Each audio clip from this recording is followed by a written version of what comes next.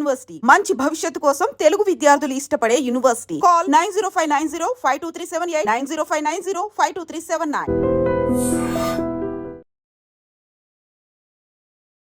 నమస్కారం, welcome to I dream. ధర్మ మార్గం విత్ విజిత కార్యక్రమానికి స్వాగతం.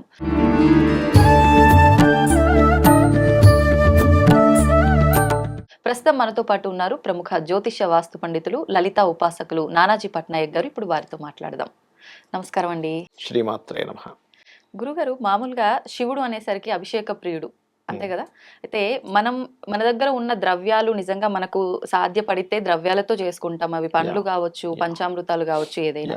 అవన్నీ చేయకపోయినా కూడా ఒక చెంబడి నీళ్లు ఆయన పైన పోసి మనం నమస్కారం చేసుకున్న ఆయన ప్రసన్నం అవుతాడు అని చెప్పి అంటుంటాం. కానీ నేను ఈ మధ్య కాలంలో ఒక విధానం గురించి విన్నా. అది మరి నిజంగా ఉందా లేదంటే వాళ్ళ ఇష్ట ప్రకారంగా చేసుకుంటున్నారో తెలీదు. మామూలుగా భస్మంతో అభిషేకం చేస్తుంటాం కదా శివుడికి, దాంట్లో పచ్చకర్పూరం కూడా కలిపి చేస్తారు అని చెప్పి విన్నాను. అది నిజమే అంటారా? ఉంది ఆ విధానం అనేటువంటిది. ఎందుకు ఆ విధానం దేనికి సంబంధించి చేస్తారు? యాక్చువల్గా పచ్చకర్పూరం చలవ కోసం వాడతారు. చలవ కోసం. మన అభిషేకం చేయడానికి కూడా ముఖ్య కారణం ఏంటంటే శివలింగం ఏదైతే ఉందో ఈ విశ్వం మొత్తం ఒక అండాకారంలో ఉండేటువంటి రూపం శివలింగం అంటే. ఓకే, అభిషేకం చేయడం వల్ల చేయడం ఎందుకు అంటే ఈ విశ్వం మొత్తం చల్లగా ఉండాలి, ఈ విశ్వం మొత్తం నిండి ఉన్నటువంటి పరమేశ్వరుడు ఈ రూపంలో ఉన్నందుకు అతనికి అభిషేకం చేస్తున్నాం. Point number 1. ఈ అభిషేకాలు కూడా చాలా రకాలు ఉన్నాయి. అంటే ఒక్కొక్క అభిషేకానికి ఒక్కొక్క ఫలితం ఉంది శాస్త్రంలో. అందులో మళ్ళీ ఒక్కొక్క లింగానికి అభిషేకం చేయడం వల్ల ఒక్కొక్క ఫలితం ఉంది.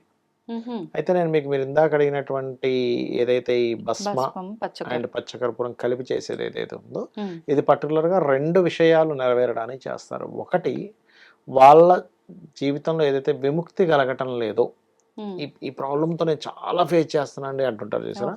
విముక్తి కలగడానికి, ఆ విముక్తి కూడా చాలా సునాయాసంగా కలగడానికి అంటే అది ఏ రకంగా అయినా ఇప్పుడు చాలా మంది చూడండి, మనం ఈ ప్రాబ్లం క్లియర్ అవ్వాలి కానీ ఎక్కువ స్ట్రెస్ లేకుండా క్లియర్ అవ్వాలంటాం, ప్రశాంతంగా అవ్వాలి అంటాం.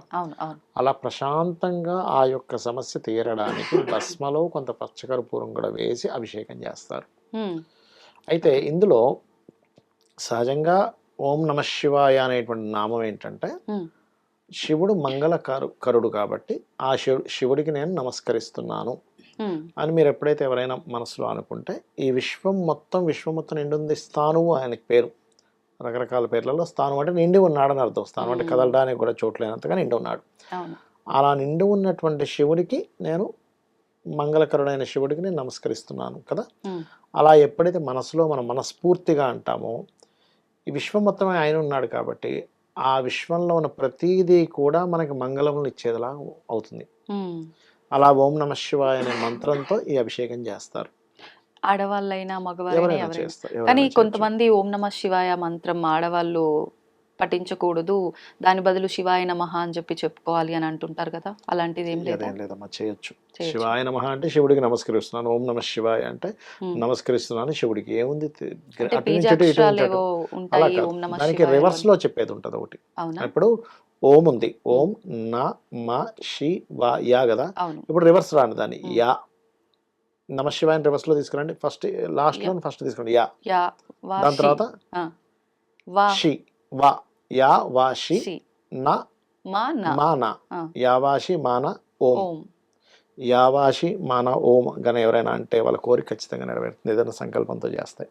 అవునా? అంటే మంత్రాలకు నామాలకు ఇలా రివర్స్ లో చదివే ఒక అక్షరాన్ని తీసుకుని అటు నుంచి ఇటు ఈ 5 అక్షరాలని పంచాక్షరి మంత్రం నమ శివాయ అనేటువంటిది, ఈ పంచాక్షరి మంత్రాన్ని అటు ఇటు ఇటు అటు మార్చి చేసేటువంటి విధానం కూడా ఉంది. అంటే ఇది రివర్స్ లో చేసేది కూడా మన సాత్విక పద్ధతిలోకే వస్తుందా? మంత్రశాస్త్రంలో దీనికి సంబంధించింది ఇచ్చారు. ఇప్పుడు ఇలా మనం మంత్రం చేస్తున్నప్పుడు ఎవరైనా గురువు సమక్షంలో తీసుకొని చేయాల్సి ఉంటుందా, లేదు ఎవరికి వాళ్ళు మామూలుగా? ఒకటేనమ్మా, మనకి మంత్ర మహోదరి అనేటువంటి గ్రంథంలో చెప్పబడింది ఏంటంటే మీకు గురువు ఉన్నారనుకోండి, గురుముఖత తీసుకోవడమే 100% కరెక్ట్. సరే గురువు లేరు, మనకు గురువు దొరకలేదు, ఎక్కడో ఏ అమెరికా కంట్రీస్ లోనే ఏ సౌదీలోనే ఉన్నాడు, కానీ ఆ వ్యక్తికి ఫలానా అమ్మవారి మంత్రం చేయాలనుంది. దానిలో చెప్పినటువంటిది ఏంటంటే బోధిపత్రము మీద ఆ మంత్రాన్ని రాసి శివుడి దగ్గర పెట్టి శివుణ్ణే గురువుగా భావిస్తూ శివాయ గురవే నమః అనుకుని ఆ మంత్రం చేసుకోవచ్చు. ఓకే. ఇప్పుడు బోధిపత్రం ఎక్కడ మనకి ఏ బోధిపత్రం అంటే ఏంటో తెలియని రోజులు అయిపోయాయి. అవును కాబట్టి మీరు ఏం చేయొచ్చు, చక్కగా పేపర్ మీదే రాసి ఉమ్, శివుడి దగ్గర పెట్టి ఎంతో భక్తి శ్రద్ధలతో దాన్ని తీసుకొని మీరు కనుక శివాయ గురవే నమః అనుకొని శివుణ్ణి గురువుగా మనసా వాచా కర్మన భావించి మీరు కనుక ఆ మంత్రం చేస్తే ఖచ్చితంగా ఫలిస్తుంది. ఒకవేళ ఇలా చేయొచ్చా? ఇప్పుడు మీరు మాట్లాడుతున్నారు, యా, మీరు చెప్తున్నారు కాబట్టి మీరే ఒక గురువుగా భావించి వీడియో వినేవాళ్ళు అలా నమస్కారం చేసుకొని చేయొచ్చమ్మా. అలా కూడా చేసుకోవచ్చా? చేసుకోవచ్చు అది తల్లి. గురువు అంటే గురువుతో పాటు ఆయన చెప్తే యా, తీసుకున్న ఇప్పుడు ఏ ఫలితం వస్తుందో చేయొచ్చు అదే అమ్మా. వస్తుందా ఇప్పుడు కూడా? చేయొచ్చు తల్లి, చేయొచ్చు. ఇప్పుడు ఎలా అంటమ్మా, గురువు అంటే అదేదో నేనేదో పెద్దగా వాళ్ళకి ఏదో ఇచ్చేసినట్టుగా అట్లా ఏం కాదు. గురువు అనే ఇదేదైతే ఉందో చాలా బాధ్యతతో కూరుకుంది. గురువు అని ఎవరని అంటారంటే ఉమ్, అజ్ఞానం అనే అంధకారం నుంచి జ్ఞానం వైపు నడిపించేవాడు గురువు. ఉమ్, అందరినీ గురువు అనడానికి వీల్లేదు ఇక్కడ. అవును అవును. అయితే ఇప్పుడు ఉదాహరణకి నన్నుగా తీసుకున్నాను అనుకోండి, ఇక్కడ నేను కాదు ఉన్నది, ఆ పరమాత్మ వాళ్ళ లోపలికి వచ్చి అది నడిపిస్తూ ఉంటాడు ఒక నమ్మక రూపంలో. ఉమ్, అంతేగాని నేను ఏదో గొప్పవాడిని ఏదో ఇచ్చేసాను వీళ్ళందరూ చేసేసుకోవాలన్నది కాదు అసలు అక్కడ. ఓకే. ఓకే. అయితే ఈ యొక్క శివరాత్రి నాడు ఒక్కొక్క రకమైనటువంటి అభిషేకానికి ఒక్కొక్క ఫలితం చెప్పారు శాస్త్రంలో. ఉమ్, ఇప్పుడు ఎవరికైనా సంతానం లేదనుకోండి, గంధపు నీటితో చేస్తే సంతాన ప్రాప్తి కలుగుతుంది. ఆహా. గంధపు పొడి నీరు, గంధమా తడ? నీటిలో గంధం వేసి ఉమ్, అభిషేకం చేయొచ్చు.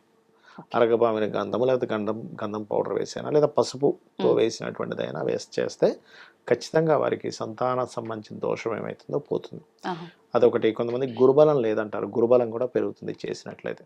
ఉమ్, అదేవిధంగా తేనెతో కనుక అభిషేకం చేస్తే శాస్త్రంలో ఏం చెప్తారంటే, ఇప్పుడు చక్కటి గాయకులు ఉంటారు కదా, వాళ్ళందరూ కూడా పూర్వజన్మల్లో తేనెతో అభిషేకం చేశారట. అందుకే చక్కటి గాత్రం వస్తుంది ఓ, తేనెతో కనుక అభిషేకం చేసినట్లయితే. ఉమ్. పుష్పాల యొక్క నీటితో అభిషేకం చేస్తారు లేదా పుష్పాలతో అభిషేకం చేస్తారు.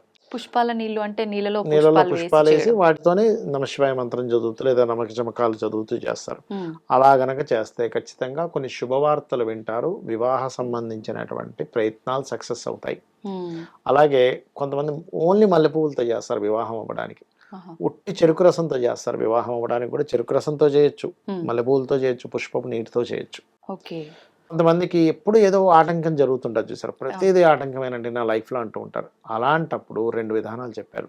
ఒకటి గరిక వేసినటువంటి నీటితో అభిషేకం చేయడము, ఉమ్. రెండవది బెల్లము కలిపిన నీటితో అభిషేకం చేస్తారు. మామూలుగా గరిక అంటే వినాయకుడికి ఎక్కువ వాడతాము, వాడేటువంటి శివుడికి గరిక బిల్వం వాడతాం కదా, బిల్వం ఇప్పుడు వాడతాము, గరిక బిల్వం వాడాలి. కూడా వాడచ్చు.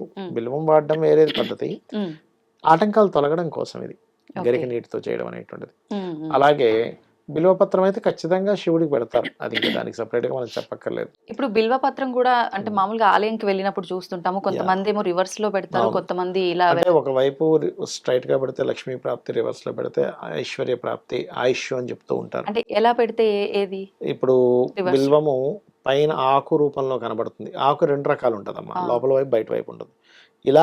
ఇలా పెడితేనేమో ఐశ్వర్యం అంటారు, ఉమ్, ఇలా పెడితే ఆయుష్ అంటూ ఉంటారు, అట్లా అన్నమాట.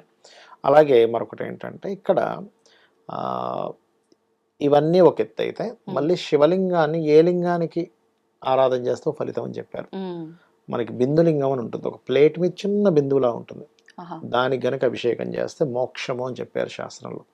ఇవి శివపురాణంలో ఉన్నటువంటి అంశాలు ఇవన్నీ కూడా. ఉమ్, ఉమ్, అదేవిధంగా స్ఫటికలింగాన్ని చేస్తే కోరికలు తీరుతాయట. స్ఫటికలింగము లేదా పాదరస లింగానికి. ఉమ్, ఎవరికైనా వ్యాపారంలో అభివృద్ధి రావాలి, చాలా పెద్ద పెద్ద ఇండస్ట్రీస్ ఉంటాయి, కొన్ని వేల కోట్లలో నడిపిస్తుంటారు, అలాంటివి నడిస్తే ఎంత బాగా లాభం వస్తుందో, నడవకపోతే కూడా అంతే నష్టం వస్తుంది. అలాంటి వాళ్ళు కనుక భరించగలరు అనుకుంటే బంగారు లింగానికి కనుక 41 రోజులు కనుక అభిషేకం చేస్తే వాళ్ళకి వ్యాపార అభివృద్ధి ఉంటుంది.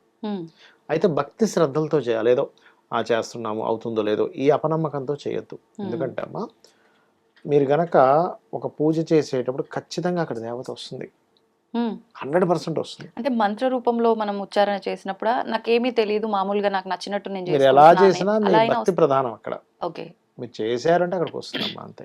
ఉమ్, ఒక ఫోన్ని కనుక మనం రింగ్ చేసినప్పుడు అవతల వాళ్ళకి సిగ్నల్ ద్వారా వెళ్ళిపోయి అక్కడ ఎట్లా అయితే వాళ్ళకి రింగ్ అవుతుందో ఫోను, మీరు ప్రారంభించగానే వస్తాడు అక్కడ భగవంతుడు, గుర్తుపెట్టుకోండి. ఓకే. అది అట్లాగే ఏంటంటే ఒక్కొక్క దానికి ఒక్కొక్క ఫలితం. ఉమ్. ఇప్పుడు ఈ పచ్చకర్పూరము ఇది ఏంటది అవునమ్మా. విభూది అన్నారు కదా, అవునమ్మా. ఇది ఏ సమయం ఏమైనా చూసుకోవాలా? ఒకటమ్మా, శివుడికి ఎప్పుడైనా సరే మనకి మాస శివరాత్రులు లేకపోతే ఇలాంటివి వచ్చినప్పుడు లింగోద్భవ సమయంలో బెస్ట్. అంటే అర్ధరాత్రి టైం అర్ధరాత్రి సమయంలో బెస్ట్ అన్నమాట. లేదంటే మామూలుగా పొద్దున్నప్పుడు చేసుకోవచ్చు, ఉదయం పూట. ఇప్పుడు ఈ రోజు మాస శివరాత్రి ఉంది అంటే ఈ రోజు నైట్ 12 ఆ టైంలో చేయాలా, ముందు రోజు నైట్ చేయాల్సి ఉంటుందా? శివరాత్రి గడియలు కొన్ని ఉంటాయి, ఉమ్. మా ఇది ముందు రోజు చేస్తారు యాక్చువల్గా, అంటే తెల్లవారితే అదనగా చేస్తూ శివరాత్రి ఉంటారు. అనగా. అవును. ఓకే.